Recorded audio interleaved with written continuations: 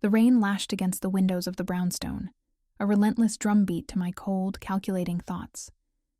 This house, a 3-story testament to my success in the ruthless world of real estate, was my sanctuary. A fortress built with my own hands, my own smarts, my own endless hours of grinding. The polished hardwood floors and the minimalist high-end furniture were not just decor. They were trophies.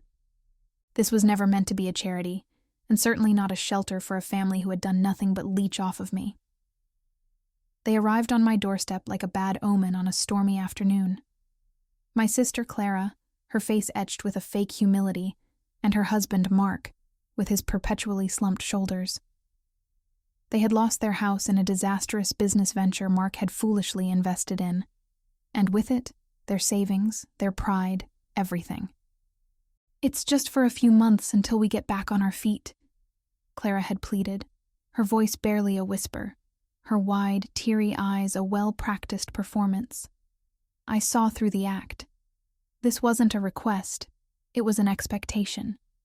They expected me to be their safety net, their endless source of comfort, just as they always had. But not anymore. Not in my house. I gave them a room on the 3rd floor, a small concession to the familial ties I secretly despised. I told them the rules were simple. They would pay rent, a fair market value for the space they were occupying. The number I gave them was substantial, a test of their true desperation. Their faces fell, their performative sorrow replaced by genuine shock. They didn't have the money. "Then you will have to find it," I said, my voice as hard as the granite countertop I leaned against. A small smirk played on my lips as they retreated, defeated. The game had just begun, and I intended to win. The first month was a masterclass in passive-aggressive warfare.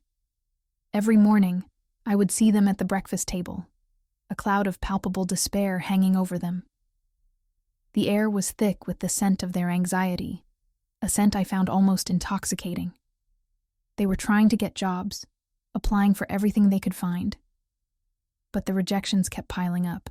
I would make my coffee, the aroma of a freshly brewed blend from my state-of-the-art machine filling the air, and watch them from the corner of my eye. Clara would sigh dramatically, picking at a piece of toast, her eyes darting nervously towards me. Mark would stare into his lukewarm coffee, a million miles away, the weight of his failure a visible burden on his broad shoulders. They were already behind on the rent, of course. 2 weeks past due.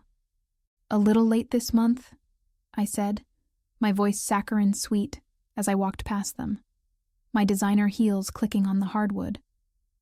The words were a dart, aimed perfectly at their fragile egos. Clara's face flushed with shame, and Mark mumbled a weak apology. "I'm sure you'll find a way to make it work," I said, a cruel smile playing on my lips. My life, in contrast, was thriving. My business was booming, my social calendar was full of exclusive dinners and galas, and my bank account was a monument to my success. I would come home with new clothes from Saks Fifth Avenue, expensive jewelry from Tiffany's, and a palpable air of triumph, just to watch their spirits deflate a little more. They were my living, breathing reminder of the mediocrity I had escaped, a cautionary tale I was writing in real time.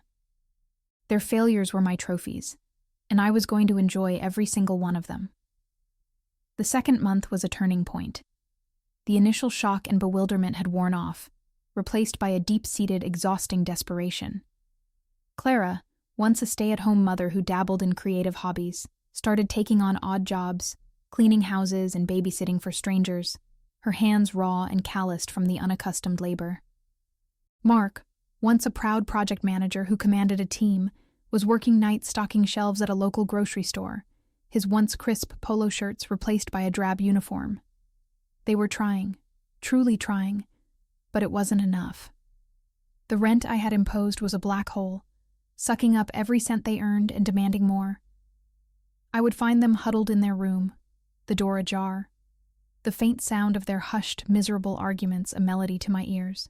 One evening, Clara approached me in the kitchen, her eyes red and puffy, her shoulders slumped in defeat.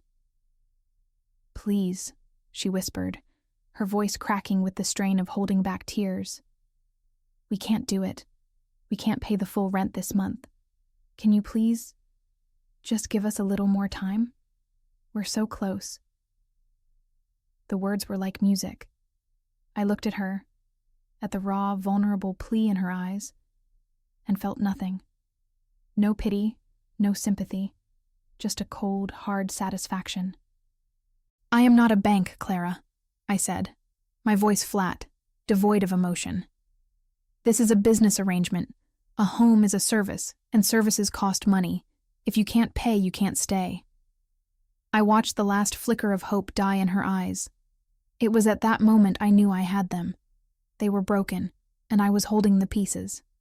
I offered them a deal, a twisted olive branch I knew they would be forced to accept. "I'll make you a deal. I won't kick you out, but the rent is going to go up. A lot.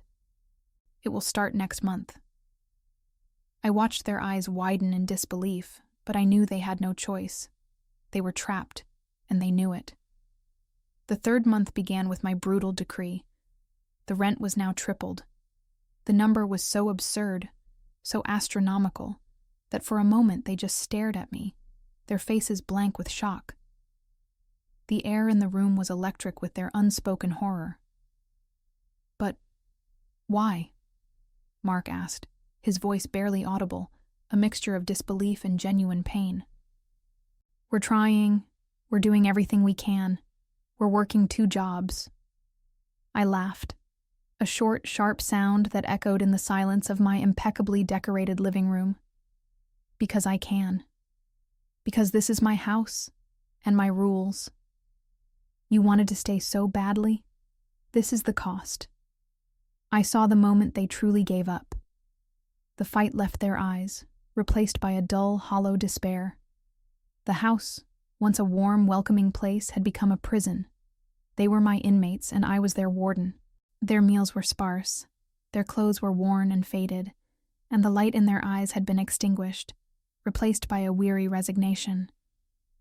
I would see them, shadows in the hallway, moving with a defeated, almost ghostly resignation. They were no longer fighting. They were simply enduring. I would hear them whispering in their room, their voices filled with a quiet shame. "We can't do this anymore," Clara would say, her voice barely a whisper. "We're losing ourselves. We're losing who we are." My cruelty was a slow-acting poison, and they were dying a little more each day. I had given them what they wanted, a place to stay. But I had also given them the bill. A bill that was not just for the rent, but for every slight, every resentment, every unspoken truth that had simmered between us for years. I was finally getting my revenge, and it was sweeter than I could have ever imagined. Please hit that subscribe button to support the channel. Your subscription helps us create more compelling stories for you to enjoy. And don't forget to like and comment with your thoughts on the story so far. The 4th month was a blur of silence and avoidance. They stopped trying to talk to me, to even make eye contact. The house was an emotional wasteland. The air was thick with unspoken resentment and a simmering hatred that I, perversely, reveled in. Their presence, once a source of annoyance, had become a trophy, a living testament to my power. I had won. I had broken them. One evening, I came home from a late-night meeting to find a note on the kitchen counter. It was from Clara, her handwriting shaky and uneven, the ink a little smudged as if she had been crying as she wrote it. It simply said, "We're gone. We can't stay here anymore. Not like this." I read the words, and for a brief, fleeting moment, a pang of something, regret, guilt. I pushed the feeling away with a wave of cold resolve. They were gone. Just like that. They had left in the middle of the night, taking with them only what they could carry. A few boxes of worn clothes, some old photos, a couple of sentimental trinkets from their old life. They had left behind everything else. The shame, the humiliation, the shattered pieces of their dignity. I walked through their now empty room, the silence deafening, the air still thick with the ghost of their despair. A sense of triumph, sharp and intoxicating, washed over me. I had finally done it. I had driven them out. I had won. The silence was a strange kind of victory. At first it was a relief, a weight lifted from my shoulders. No more whispering, no more downcast eyes, no more reminders of their failure and my own coldness. The house was mine again, a fortress once more. I could walk through the halls in my silk pajamas, listen to my music at full volume, and work late into the night without feeling their defeated energy seeping into my space. The first few weeks were a honeymoon of solitude. I would get home from work, and the quiet would wrap around me like a comforting blanket. I would pour myself a glass of expensive Cabernet Sauvignon, stand by the window, and look out at the twinkling lights of the city skyline, feeling a profound sense of accomplishment. I had done what I set out to do. I had stood my ground, protected my sanctuary, and proved that I would not be taken advantage of. But as the days turned into weeks, the silence began to change. It became a heavy, oppressive presence. It wasn't just the absence of their voices. It was the absence of life, of a human connection. The house, once a bustling hub of activity, even if it was a miserable kind of activity, felt hollow. The echo of my own footsteps was a constant, mocking reminder of my solitude. The first sign of the change was subtle, a nagging whisper in the back of my mind. I found myself lingering in the kitchen in the mornings, making my coffee and realizing there was no one to watch, no one to be silently cruel to, no one to prove my success to. The satisfaction of their defeat had evaporated, leaving behind a bitter, empty residue. My triumphs felt less significant, less earned, without them there to witness them.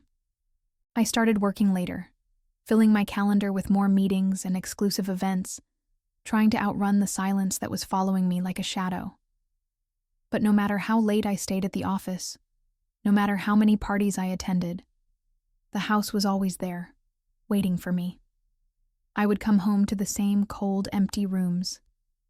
The rain still lashed against the windows, but now it sounded less like a drumbeat of triumph and more like a sorrowful, lonely cry. One night, I found myself standing in front of their old room, a room that now felt like a mausoleum. I pushed the door open and saw the bare walls, the empty closet, the faint outline on the carpet where their bed used to be. It was a blank canvas, a testament to what I had destroyed. The victory I had craved so much had turned into a profound and crushing loneliness. I had won the battle, but I was slowly, agonizingly, losing the war. If you're enjoying this story, please show your support by subscribing to the channel. Your subscription helps us reach new viewers and continue creating high-quality content. Thank you for watching. The loneliness was a physical weight, a constant pressure on my chest that made it difficult to breathe. I tried to reconnect with friends, but my conversations felt shallow and forced. They would talk about their families, their weekends, their simple, ordinary lives, and I would feel a disconnect so profound it was like a chasm between us. I had a lot of money, a beautiful house, and a successful career, but I had no one to share it with. My success, once a source of pride and a shield against the world, now felt like a gilded cage. I was trapped by my own ambition, my own cruelty. I started having flashbacks, vivid memories of Clara's tear-streaked face, of Mark's defeated posture.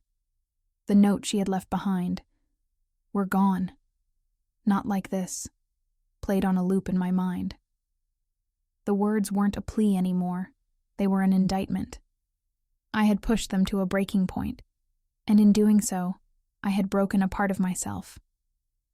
The world I had built was a reflection of my cold heart, a world of beautiful, expensive, empty things. I had a house, but no home. The trophies of my success were nothing more than shiny, meaningless objects in a lonely fortress. The emptiness was a mirror, and I was finally starting to see the monster I had become. The woman who looked back at me from the glass was a stranger, her eyes hard and devoid of warmth, I tried to find them, Clara and Mark.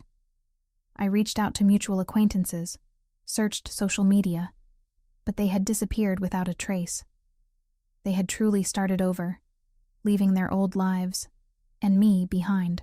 The regret was a flood, a tidal wave of emotion I had suppressed for so long that it now threatened to drown me. I remembered their small kindnesses, their small acts of love that I had always dismissed as weakness. Clara's homemade birthday cards, Mark's easygoing nature, the genuine, unforced laughter they had brought into my life before the storm. I had been so focused on proving them wrong, on winning the petty war I had created, that I had forgotten what it felt like to be loved.